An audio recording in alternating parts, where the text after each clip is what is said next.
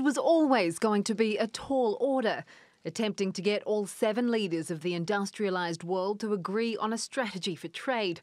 But just hours after host Justin Trudeau declared victory, and I'm happy to announce that we've released a joint communique by all 7 countries. Less than an hour later, US President Donald Trump threw a spanner in the works, tweeting, "Based on Justin's false statements at his news conference and the fact that Canada is charging massive tariffs to our US farmers, workers and companies, I've instructed our US reps not to endorse the communique as we look at tariffs on automobiles flooding the US market." The bust-up began over new US tariffs on aluminium and steel imports from Canada, the EU and Mexico. Earlier, Trudeau told reporters Canada would retaliate.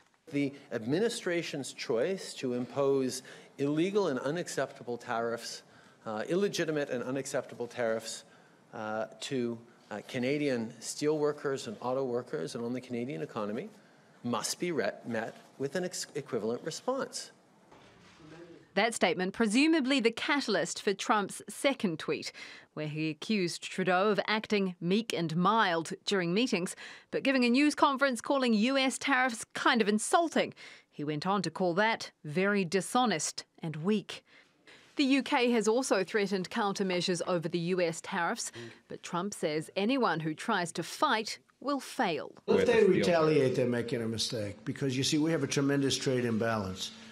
So when we try and bring our piece up a little bit so that it's not so bad, and then they go up, right? The difference is they do so much more business with us than we do with them that we can't lose that.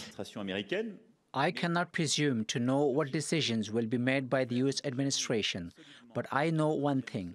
You cannot govern, you cannot rule solidly if you don't have self-consistency. Consistency is also lacking when it comes to the North American Free Trade Agreement. Trump says he'd prefer to sign separate trade deals with Canada and Mexico. But he says if NAFTA is to survive, he wants sunset clauses, which means the deal would expire after a set time, something Canada is refusing.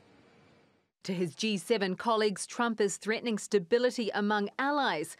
But to his supporters, this is simply the cost of putting America first. Vinnell, TRT World.